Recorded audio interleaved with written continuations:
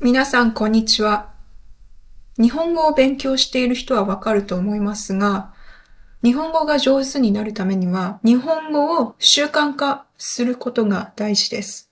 私たちの日常といえば、インターネットは欠かせないですよね。インターネットを使って日本語を勉強するのが、私は効果的なのではないかと考えています。今回は日本語を勉強している人に向けて、インターネットを使って日本語を日常生活に応用し、習慣化する方法について解説していきます。結論から言うと、この3つの方法がとっても効果的なのではないかと考えます。1つは日本語で Google 検索をする。2つ目は日本語でブログを書く。3つ目は日本語で SNS 発信をするです。まず1つ目。日本語で Google 検索をする。何かを知りたいときに私たちは Google 検索をすると思います。その時ですね、何かを調べるとき、ぜひ母国語ではなくて日本語で調べてみてはどうですか？例えばアニメが好きなら、それを日本語で調べてみる。インターネット上には信じられないほどたくさんの日本語のサイトやコンテンツがあります。それを読めば音読、リーディングの練習にもなるでしょう。もちろん日本語でタイピングするのは時間がかかるかもしれません。でも時間がかかる分だけ脳に日本語が定着しやすくなるのではないかなと思ってます。二つ目は日本語でブログを書くです。ブログを書くことはレベルを問わずすることができますね。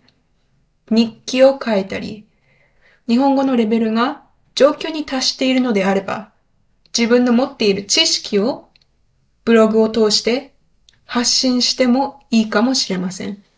プラットフォームはもちろん無料のもので十分です。また挑戦してみたい人は、今日本で多くの人が利用しているノートというブログを書くサイトがあるんですけれども、それを利用して日本語でブログを書いてみてはどうですか？また、サーバーを借りて自分でサイトを立ち上げれば、将来的に収益化なんてできるかも。3番目。日本語で SNS 発信をする。日本語で SNS 発信をするのも、スピーキングの練習になるのでおすすめです。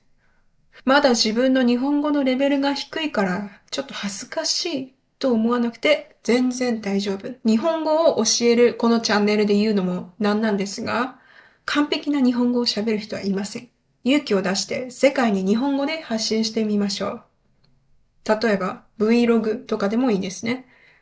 あと自分の母国語を日本語で教えたり、国の文化を日本語で紹介するのもいいかもしれません。日本の流行、トレンドに乗ってコンテンツを作るのもありですね。自分のサイトでブログを書くのと同じように、将来的にはお金を稼ぐ、収益化できるかもしれませんよ。今回は日本語を勉強している人に向けて、日本語を日常生活に応用して習慣する方法について提案してみました。皆さん、日本語をさらに上達させるために、日本語を習慣化していきましょう。今回の動画が皆さんの参考になれば嬉しいです。最後まで見ていただきありがとうございました。